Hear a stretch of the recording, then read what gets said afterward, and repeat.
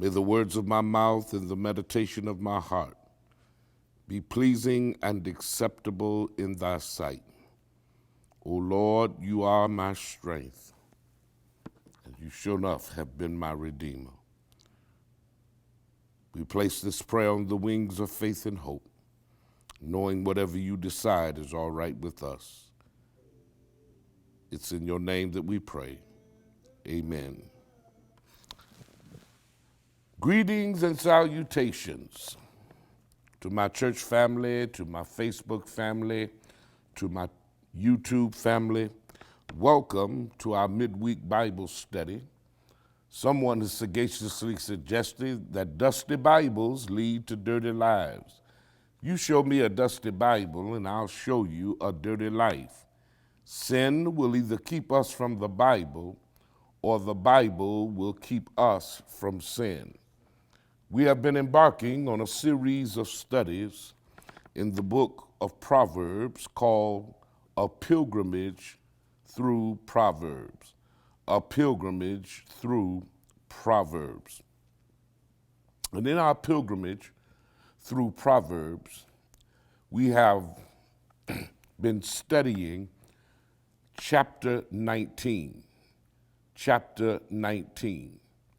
There's something I want to share before we go into our study formally, and that is that the book of Proverbs is one of three books that is recognized as wisdom literature. It's very important that we understand that Proverbs, Ecclesiastes, and Job in the Old Testament make up a category that we regard as wisdom literature. Of course, the book of James in the New Testament is recognized as a part of wisdom literature as well.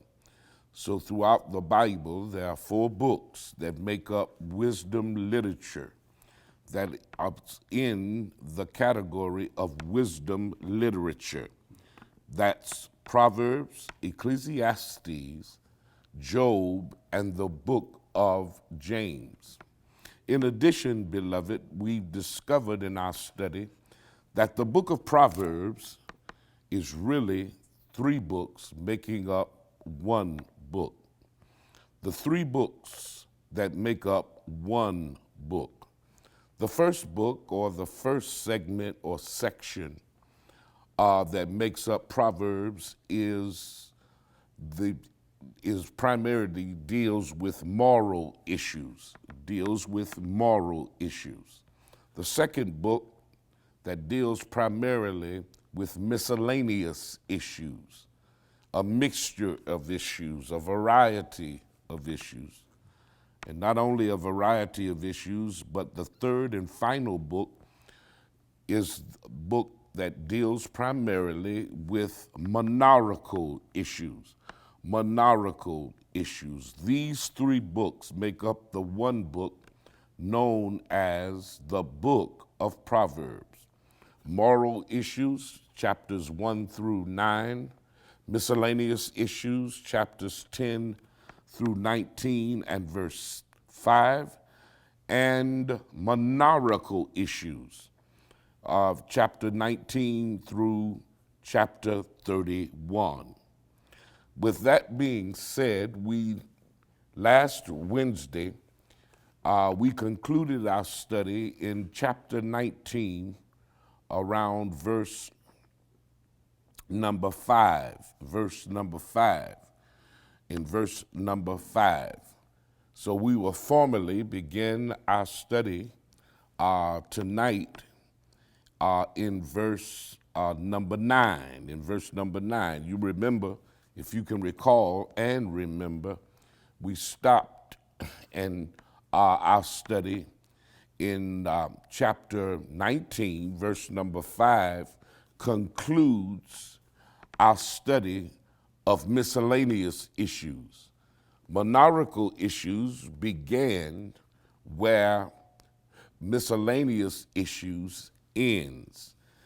In chapter 19, verse number 6, monarchical issues began. Solomon will make a major transition from miscellaneous issues to monarchical issues. Monarchical issues.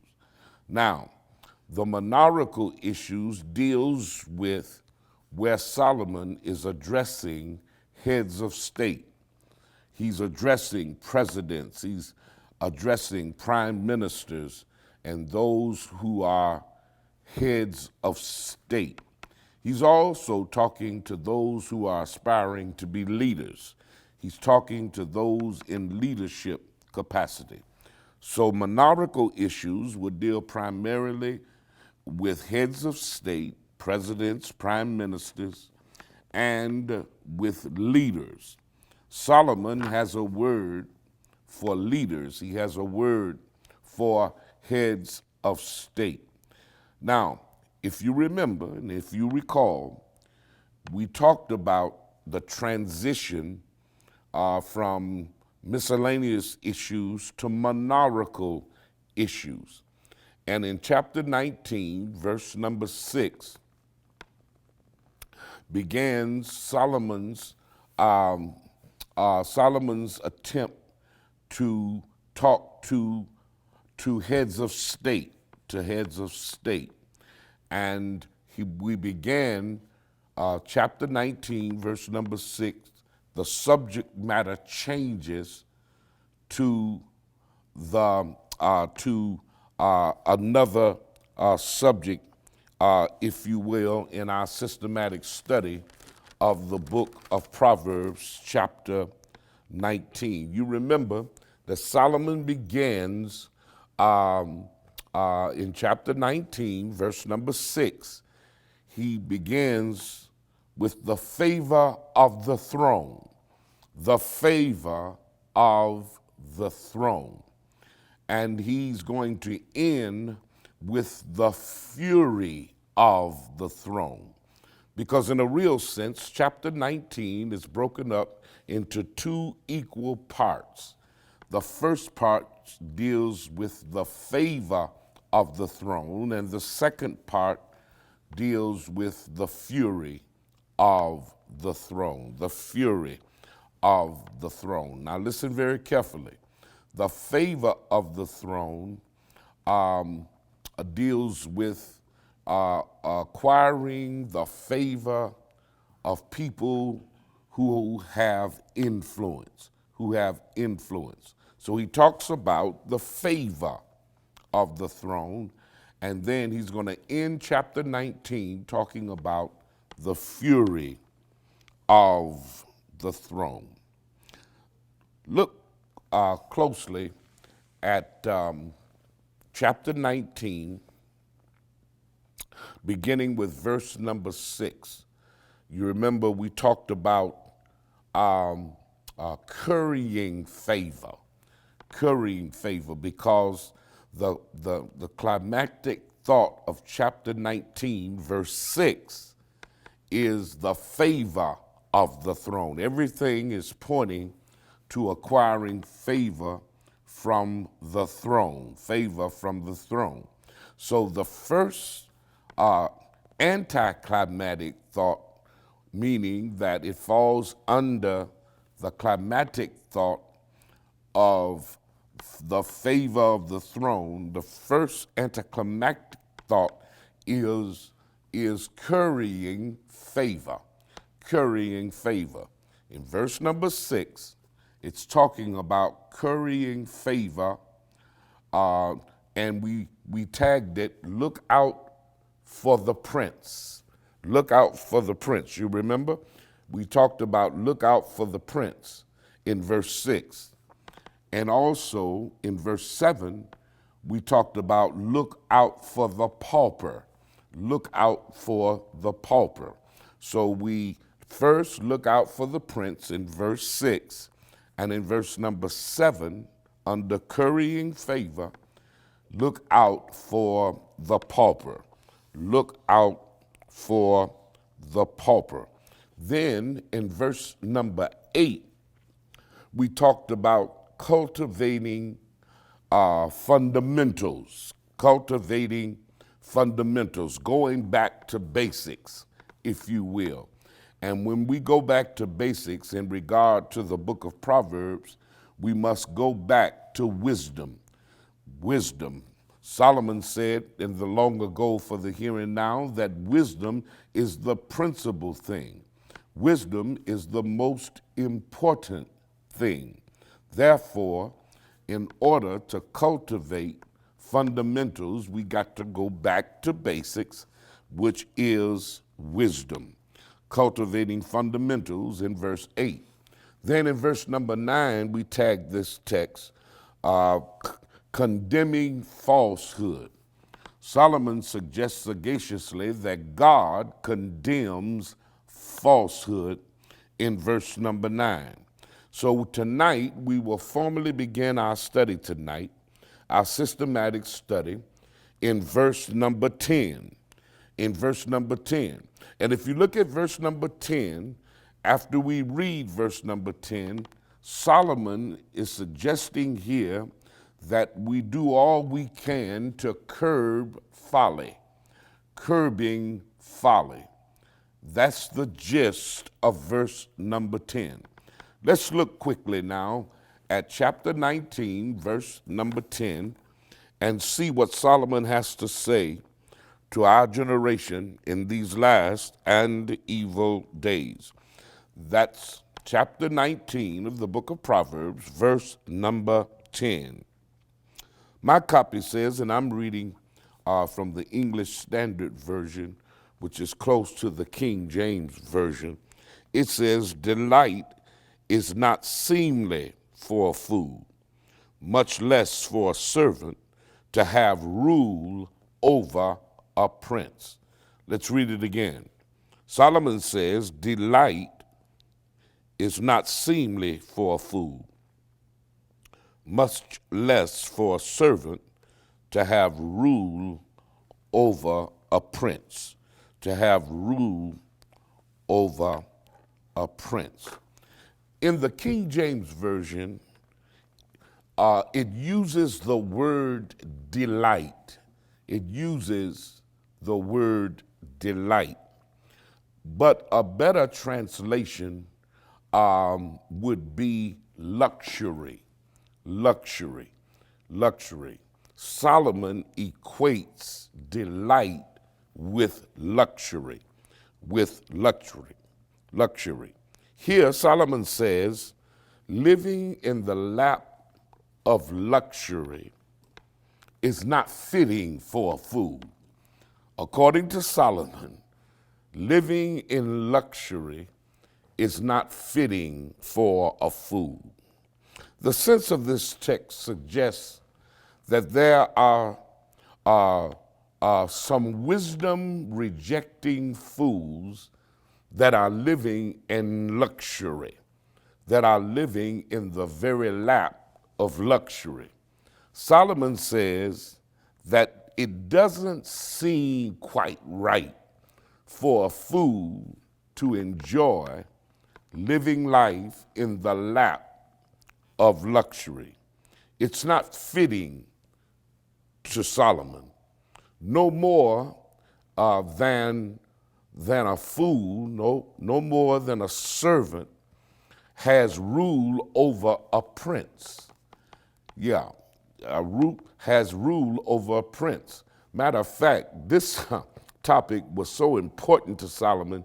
Not only did he talk about it throughout the book of Proverbs, he had something to say about this matter in Ecclesiastes. Matter of fact, he designated 2 verses to this issue of a fool or a servant having rule over a prince.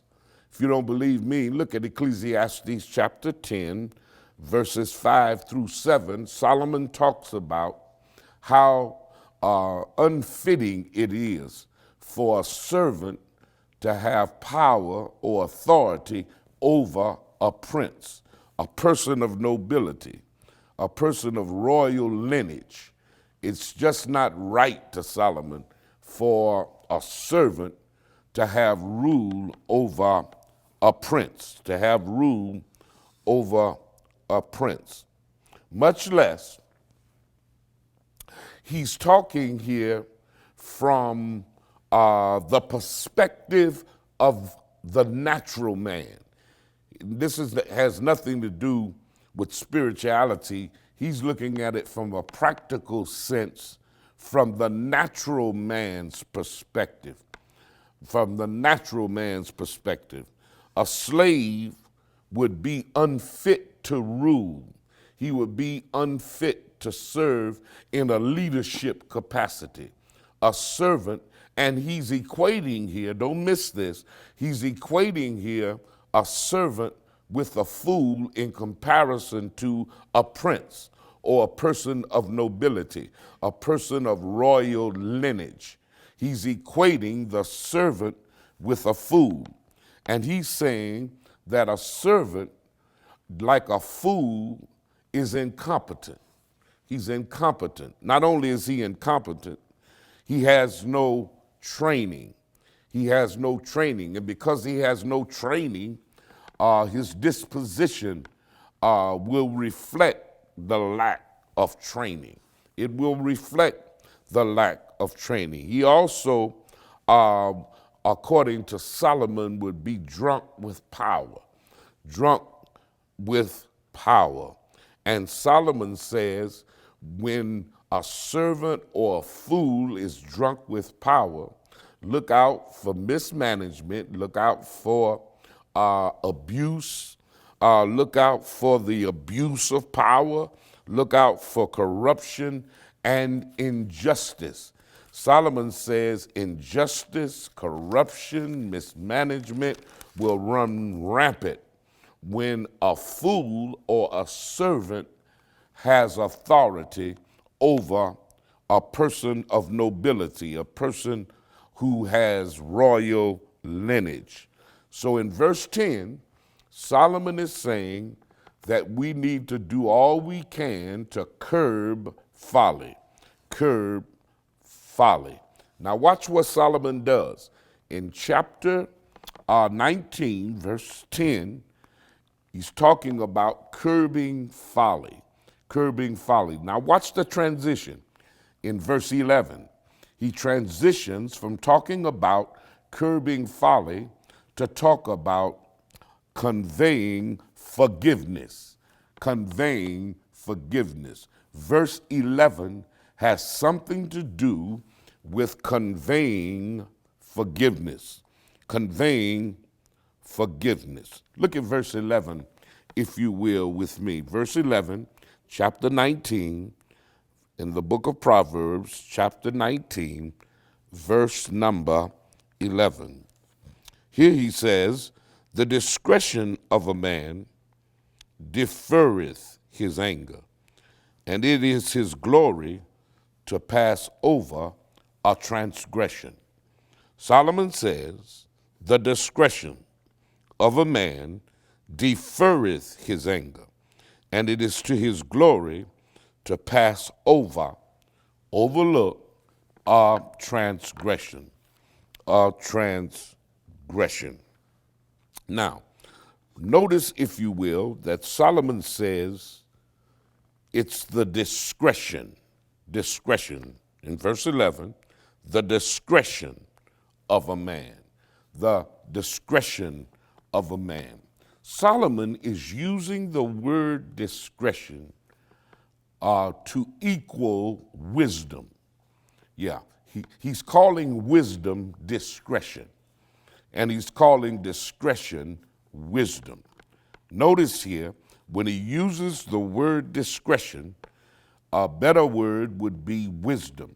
So it would read this way: the wisdom of a man allows him to defer his anger, allows him to defer, postpone, put off his or her anger.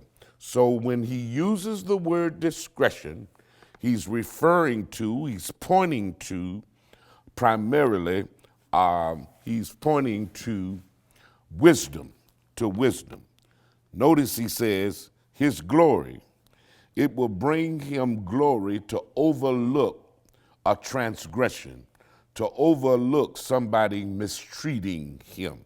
It will bring him glory. And a better word for glory here is the word honor. It would bring honor to him when he overlooks, when he chooses to overlook someone mistreating him.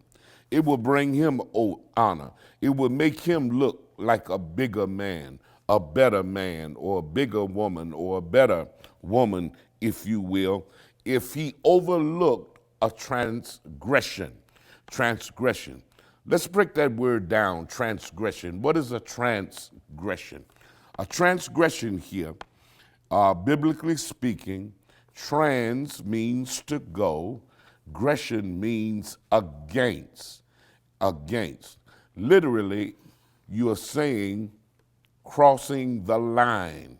You're crossing the line when you transgress. How many of us have crossed the line with God? How many of us have crossed the line with others? So when you transgress, you literally cross the line. You're going against something, or you're going against someone. So here, Solomon is saying, wisdom and wisdom alone is what allows you to postpone, to put off your anger, when somebody transgresses against you, It's discretion. And remember, he's using the word to discretion to describe the word wisdom, So a wise man and a wise woman knows primarily that they have been forgiven. And when you know that you've been forgiven of much, then it helps you deal better with others who transgress against you. If God has forgiven you for your transgressions, it puts you in a frame of mind to do the same towards others. At least it should, towards others. I have to forgive you because God has forgiven me of much. That's the way that thing is supposed to go. But all too often, we want mercy from God and we want justice from everybody else. But that's not the way this thing works. God says, if you refuse to forgive others, then I will not forgive you. So, in order to receive forgiveness, we must be willing to give forgiveness. Give forgiveness. So a person who knows that they have been forgiven of much, they are willing to forgive others of much. And it brings glory, it brings honor when a person uses wisdom to postpone their anger, to put aside their anger and allow someone to overlook someone for their transgression against you. That brings you glory. That brings you honor. And guess what? Not only does it bring you glory, not only does it bring you honor, it brings honor to God. Honor to God. And it puts a smile on heaven's face because God can see, heaven can see, that you are appreciative of his forgiveness because you've allowed others to get away with, not get away with, but to postpone, if you will, put aside your anger.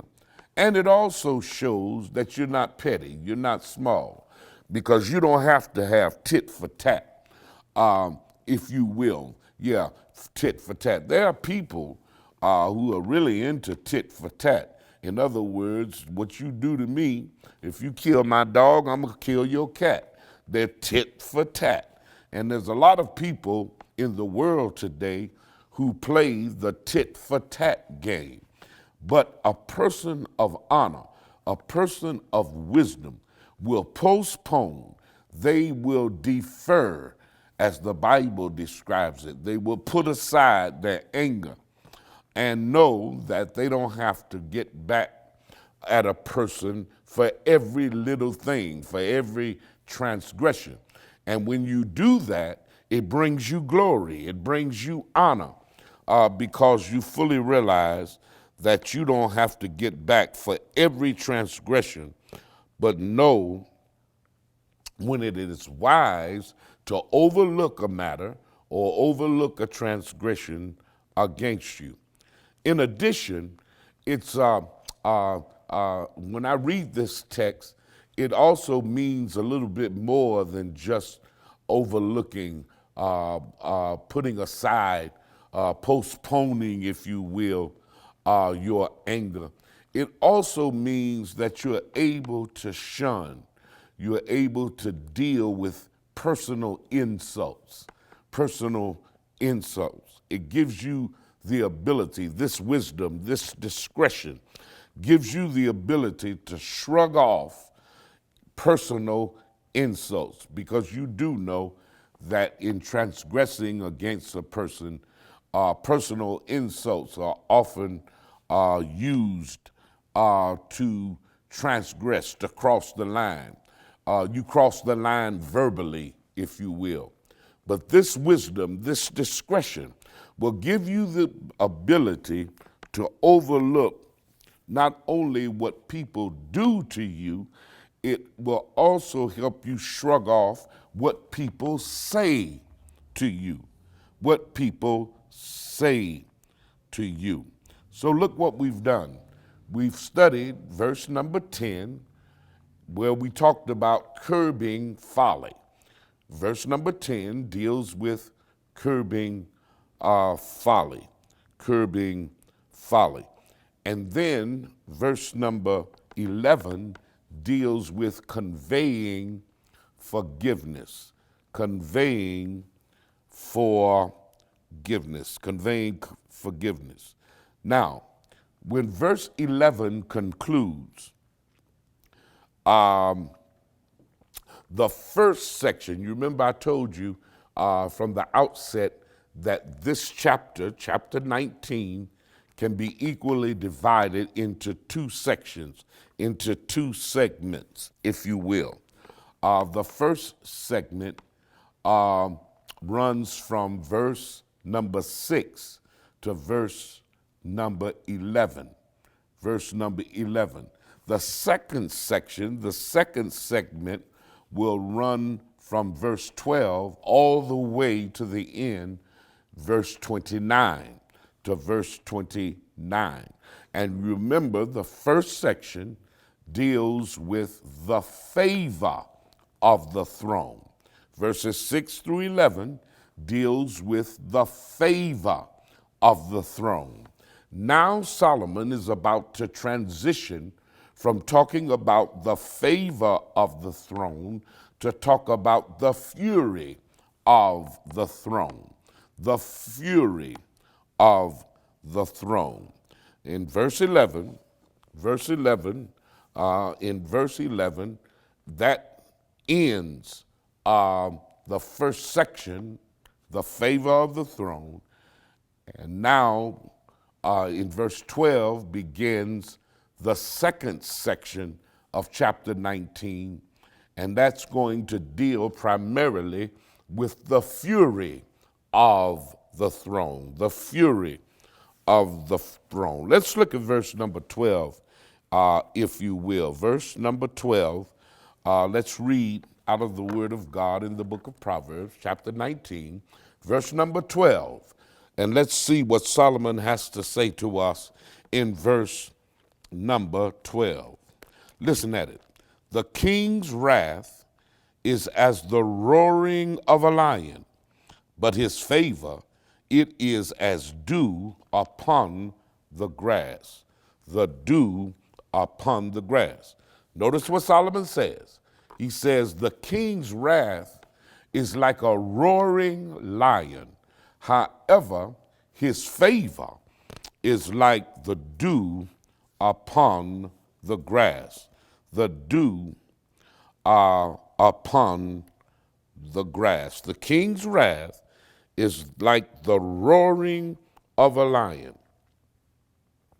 Anybody that has ever heard a lion roar will readily tell you that the roar of a lion is terrifying. Matter of fact, it's paralyzing to the lion's prey.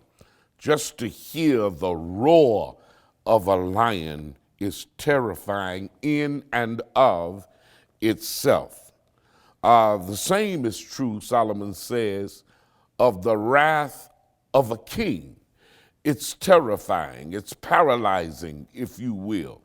Yeah, whenever the king has to show his wrath, Solomon says, look out, because you're in a terrifying situation. You're in a terrifying situation. And what fascinated me about this text is the Hebrew word that Solomon uses for the word lion is describing a young lion. Not only a young lion, but a lion in its prime. Yeah, he's not just talking about an old, used up lion. He's talking about a youthful lion, a lion that is in the prime of his strength, in the prime of his strength. And Solomon is suggesting that you do all you can not to incur the wrath of a king or the wrath of somebody in an influential or important position. He says, because you're in for a terrifying experience, if you will. You're in for a terrifying experience, if you will. And a long time ago, I did a study on lions, watching the Animal Channel, of course, and I discovered something about the tyrant of the forest, the lion. The lion is recognized as the king of the jungle. He's a tyrant, but he's recognized as the king of the jungle. And I noticed how lions, especially young, youthful lions, lions that are in their prime, they utilize young lions to catch dinner, to catch lunch, to catch a snack, if you will. They would dispatch, the old lions would dispatch the young lions at the highest point in the prairie. And they would make these young lions roar. Now, normally what would happen is whenever the prey of the lion hears the roar of the lion, instinctively he runs from the lion. Notice, if you will, that after the young lion roars, this terrifying roar, the prey of a lion instinctively runs away from the roar, run away from the roar. But guess what? The lions have strategically placed themselves so that when the prey runs from the roar, they run smack dab into these hungry lions, running away from the roar. They would do far better running towards the roar rather than running away from the roar. Because when they run away from the roar, they're running smack dab into the hungry lions who are awaiting them. That's the way they hunt. That's the way they hunt.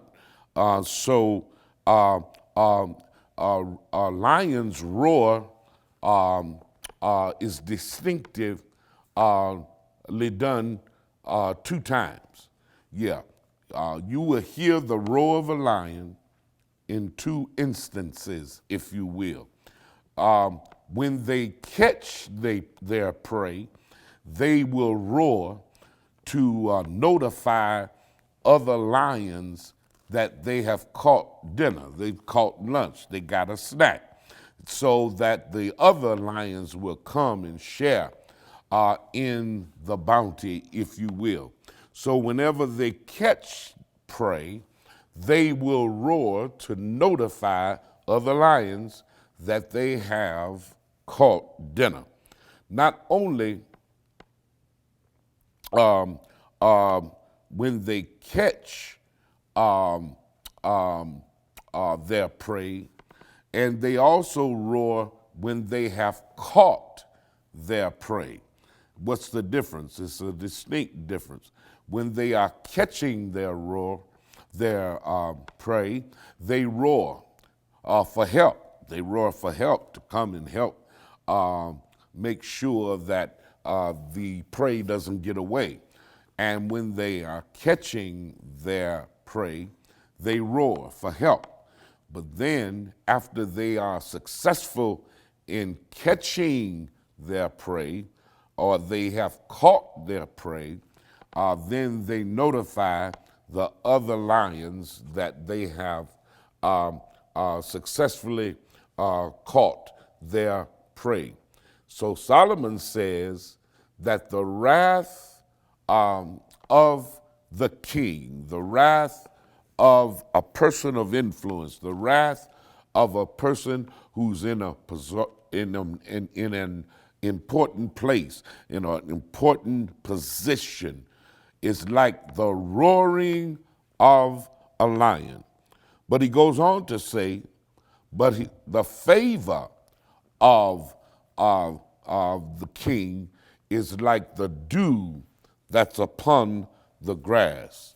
That's like the dew that is upon the grass. Here Solomon is suggesting that the king's favor is refreshing and life-giving. Yeah, it's refreshing and life-giving, just like the dew that's on the grass. You see, in Palestine, the dew that was on the grass, usually early in the morning, was refreshing and life-giving. And so is the favor of the king, according to the wise man Solomon. Not only is it refreshing, not only is it life-giving, but it's also, Solomon is also suggesting that the king's favor is fleeting, because anybody that knows anything about Palestine, you know that it gets very hot as the day progresses. And as soon as the sun reaches its apex, the dew that's on the ground quickly evaporates. So Solomon says the king's favor is refreshing, it's life-giving, but also realize that it is fleeting. It doesn't last long. It doesn't last long. So here, Solomon wants us to understand fully that the favor of the king can be refreshing, it can be life-giving, but also recognize, always remember that it is fleeting. It does not last always. So under the thematic thought of the fury of the king, in verse number 12, wrath is considered. Put for verse 12, wrath considered. Wrath is considered in verse number 12. However, in verse number 13, stay with me, sisters, don't leave me here, because I got a word for you. Listen carefully. In verse 12, wrath is considered. In verse number 12, wrath is considered. In verse 12, wrath is considered. We know wrath is considered because Solomon says that the king's wrath is as the roaring of a lion, and this favor is as the dew upon the grass. So the primary thought found in verse 12, wrath is considered. Wrath is considered. Um, um, but also in verse number 13 of chapter 19, wrath is considered in verse 12. Wrath is considered. But in verse number 13, I want you to write down the word the calamity. The calamity. He's going to talk about calamity, if you will. So in verse 13, the calamity, and he's going to talk about in the A section of verse 13, he's going to talk about calamity. However, the anticlimactic thought, or the thought that comes after the calamity, he's going to talk about the calamity of a foolish son.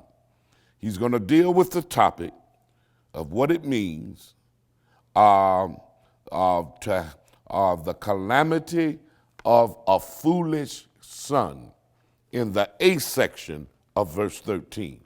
However, in the B section of verse 13, he's going to talk about the calamity of a fretful wife. A fretful wife. Sisters, don't leave me on this. I got to teach what's here. So stay with me. I won't be long. I won't linger as long as I have to.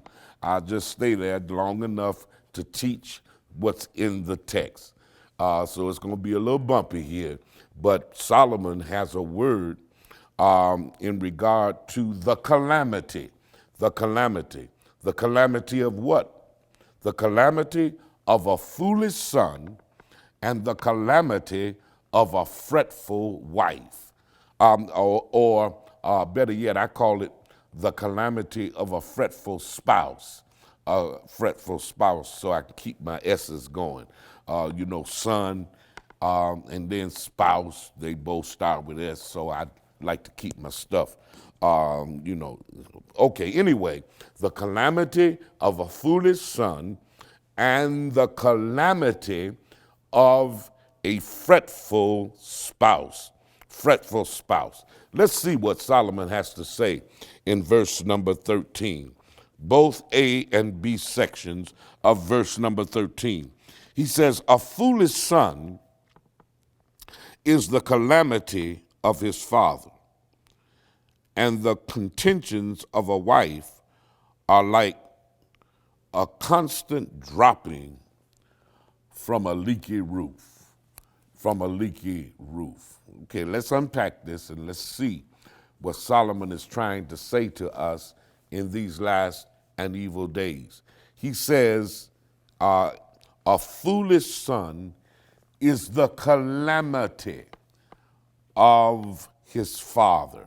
Now, the word calamity here changed over the years. You have to remember that the Bible, as we know it, the English Bible, was translated into English from Koine Greek in 1611. The word calamity in 1611 was equivalent to our English word ruin. To ruin. And however, over the years, the word calamity went through a major change, because in 1611, calamity meant to ruin. Once something is ruined, you have experienced a calamity. So here, a better word for calamity would be the word ruin. Let's read it using the word ruin. A foolish son is the ruination or the ruin of his father, or he will ruin his father. Remember, we're talking about the calamity of a foolish son.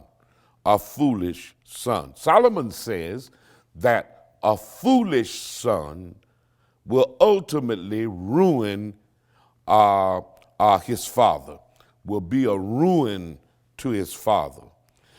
It begins with the father being a grieving parent, being a grieving parent.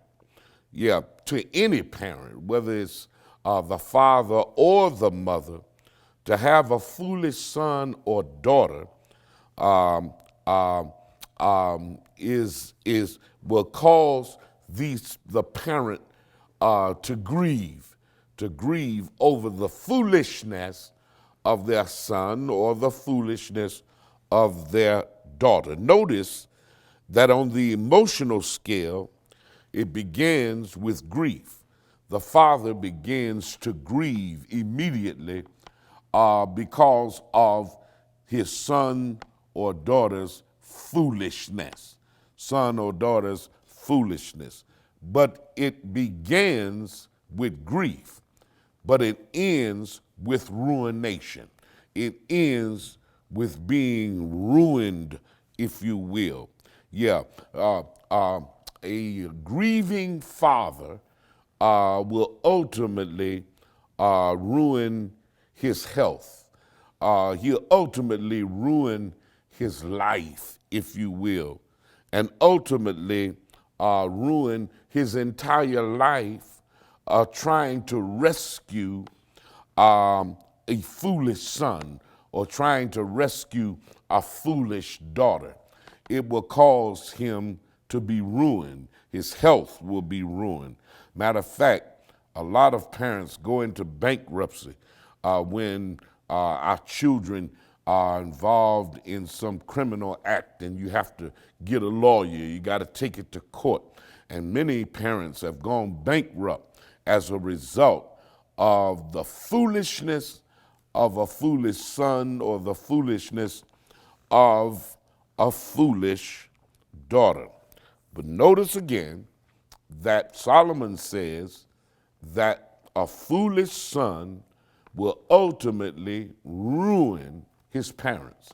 He'll ultimately ruin his father. He'll ultimately ruin his mother because of their foolishness. So in chapter 19, verse 13, the calamity, the ruination, if you will, or the ruin,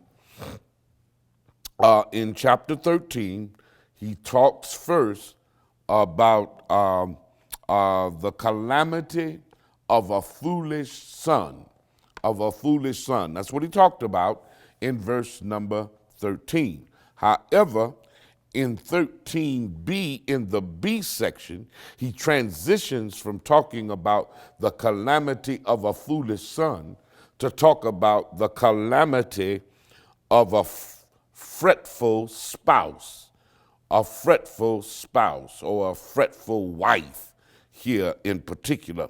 Now, let's look again at verse 13 in the B section of the verse, and it says, the foolish son is the calamity of his father, and the contentions of a wife are as a continual dropping,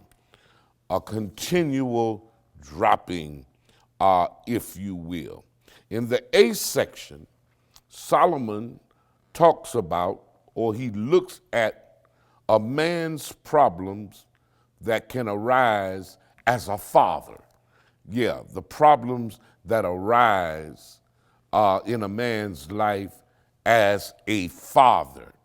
But then he transitions from a man's problem as a father to talk about a man's problem as a husband, a man's problem as a husband. Solomon looks at a man's problem as a husband. Here, Solomon is defining, he is describing for us a quarreling wife, a nagging wife, if you will. It's interesting to me. It blew my mind, it blew my spiritual mind to know that Solomon would take time to deal with domestic issues like a quarreling wife, a quarreling spouse, a contentious spouse, if you will. And then it dawned on me that the reason why Solomon is such an expert on this stuff, it must mean that Solomon had a quarreling wife, and he knew what it meant to have a quarreling, a contentious a wife, if you will, because I know that's true, because in the book of Ecclesiastes, he said he tried it. If he eyed it, he tried it. If he eyed it, he tried it. All this stuff, all this wisdom came as a result of Solomon's experiences. And he gained from his experiences wisdom. He had to try it, no matter what it was. He had to try it. He tried liquor, he tried the ladies. So he knows, he's an expert on quarreling spouses. So Solomon must have experienced what it meant to have a quarreling, contentious spouse, if you will. Now, a contentious wife is a quarreling wife. A quarreling and contentious wife is a wife that constantly argues, that constantly fights and contends against her husband. She's constantly quarreling. She's consistently quarreling and fighting and arguing, if you will. He describes this kind of wife, this kind of spouse, he describes her as being like constant droppings, if you will, constant droppings, if you will. Matter of fact, Solomon says that having a quarreling wife, a wife that argues all the time, that's constantly annoying and aggravating you, constantly fighting with you, constantly contending with you. He says she is just like you being a tenant, the husband that is, being a tenant in a house that has a leaky roof. Solomon says you're just like a tenant in a house with a leaky roof and a constant drip, a constant drop in the same place at the same time, just drip, drop, drip, drop. He says the same annoyance, the same aggravation that would come from being in a house with a leaky roof, that's what you are when you have to deal with a quarreling, arguing, fighting, contentious woman or contentious wife or spouse, if you will. And Solomon is saying that the annoyance of a wife that is constantly arguing, fighting, who's constantly contentious, he says, grieves your spirit, vexes your spirit in three ways. And I want to give it to you quickly because my time's getting away from me. Number one, it is always when you are in a relationship with a quarrelsome, contentious, arguing, fighting woman, he says it's annoyance is always present. Yeah, you are always in a state of being annoyed.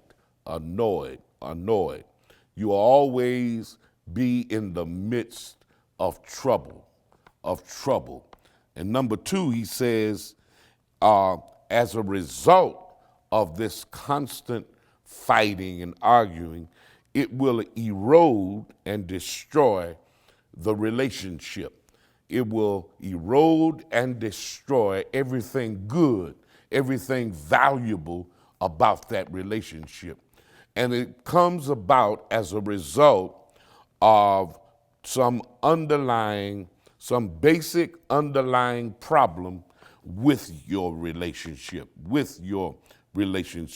So Solomon says, if you find yourself constantly being annoyed, constantly having trouble in your relationship, and it erodes and destroys everything good, everything valuable about the relationship, you will be able to point to some basic underlying problem that's causing the annoyance, that's causing the problem, if you will.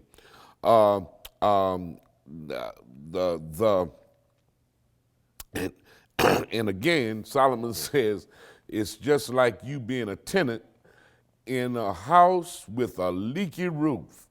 You can't sit, you can't stand, you can't work, you can't sleep because of the constant annoyance of drip, drop, drip, drop.